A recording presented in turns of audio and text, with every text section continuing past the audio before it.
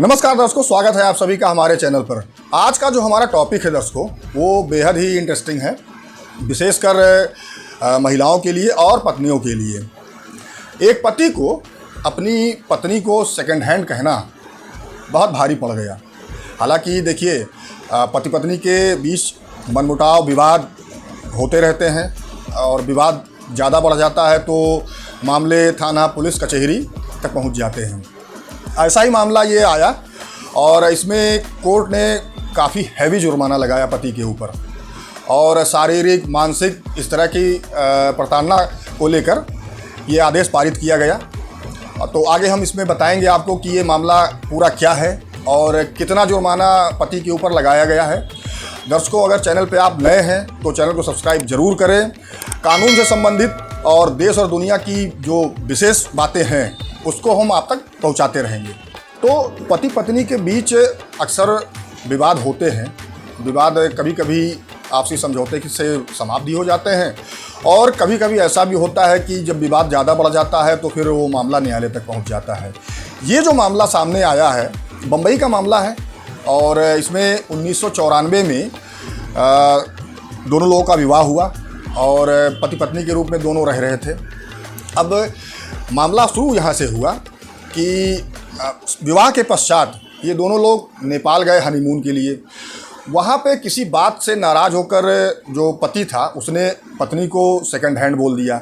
Second hand क्यों बोला कि जो महिला थी उसकी पहले सगाई हुई थी, लेकिन किन्हीं कारणों से उसकी सगाई टूट गई थी। दोबारा ये विवाह 1994 में हुआ। अब इसी बात को लेकर पति ने सेकंड हैंड बोल दिया। पति जो था वो यूएस का सिटीजनशिप लिया हुआ था और अमेरिका में रहता था, लेकिन विवाह जो हुआ तो मुंबई में हुआ। विवाह के पश्चात पति पत्नी दोनों यूएस चले गए। वहाँ जाने के बाद जैसा कि पत्नी ने आरोप लगाया कि वहाँ पे काफ़ी शारीरिक, मानसिक कई तरह से पति द्वारा उसे प्रताड़ित किया गया। फिर वापस वो दोनों लोग लौट के मुंबई आए। मुंबई में भी काफ़ी कुछ प्रताड़ना हुई उस महिला के साथ और उसके बाद महिला ने जो है पति का घर छोड़ के मायके में जाके रहने लगी। फिर जो पति था वो वापस यूएस चला गया। यूएस जाने के पश्चात उसने वहाँ पे डाइवोर्स का मुकदमा दाखिल कर दिया, लेकिन पत्नी ने 2017 में पति के ख़िलाफ़ जो है वो डोमेस्टिक वायलेंस एक्ट का मुकदमा दाखिल किया था मुंबई में। और उसके बाद उसी मुकदमे में जब उस मुकदमे की सुनवाई हुई तो ट्रायल कोर्ट द्वारा सारी चीज़ों को देखते हुए ट्रायल कोर्ट ने ये माना कि पति के जो कृत्य थे वो बेहद ही गलत थे और पत्नी ने जो सारी चीज़ें बताई उससे संबंधित जो भी एविडेंस थे वो न्यायालय के समक्ष प्रस्तुत किया। न्यायालय ने उन सारी चीज़ों को देखा और ये माना कि इस जो महिला है उसके साथ काफ़ी प्रताड़ना हुई है, शारीरिक, मानसिक और आर्थिक हर तरीके से पति ने उसको परेशान किया है। देखिए दर्शकों, प्रताड़ना कई तरीके से भी होती है, कई तरीके की होती है, जैसे कि मारना पीटना, शारीरिक प्रताड़ना हो गई, मानसिक प्रताड़ना हो गई। और अगर कोई अपनी पत्नी को रुपए पैसे नहीं दे रहा है तो ये भी एक तरह से प्रताड़ना ही कही जाएगी। तो न्यायालय के समक्ष जब सारी चीज़ें आई, न्यायालय ने ये भी देखा कि भाई किस तरह से पति द्वारा उसको सेकंड हैंड कहा गया, जिसके बाद से विवाद काफ़ी बढ़ गया। तो ट्रायल कोर्ट ने पति के ऊपर 3 करोड़ रुपए का हर्जाना लगाया, सिर्फ इसलिए कि जो उसने पत्नी को प्रताड़ित किया। अब 3 करोड़ रुपए के बाद 1.5 लाख रुपए प्रति माह है पत्नी को अंतरिम भरण पोषण भी देने का आदेश किया। यानी कि ये जो 3 करोड़ रुपए था ये तो अलग न्यायालय ने दिलवाया और 1.5 लाख रुपए हर महीने पति को आदेशित किया कि वो पत्नी को देगा।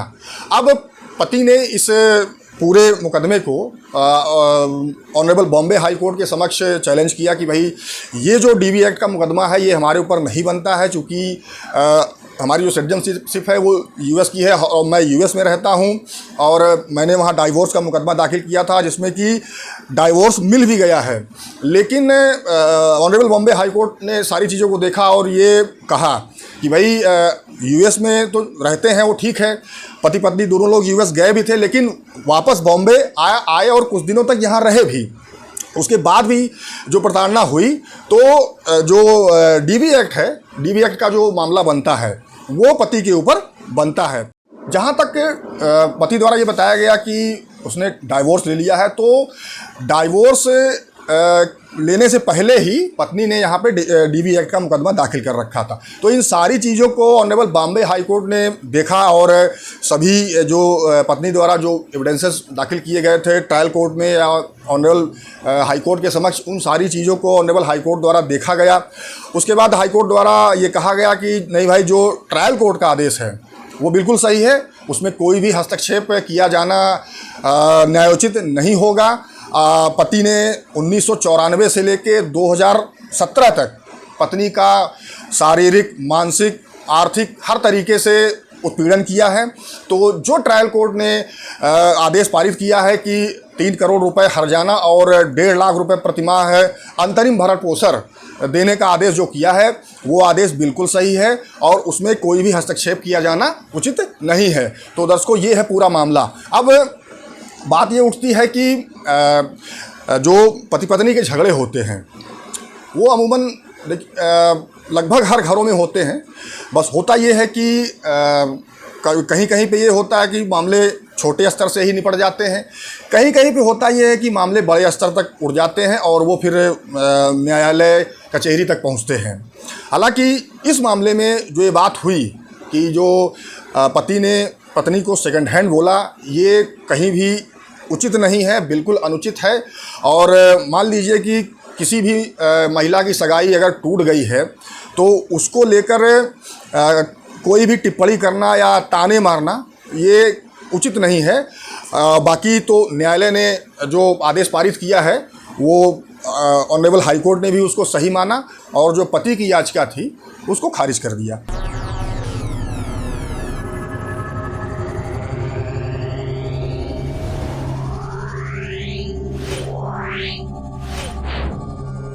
Yeah.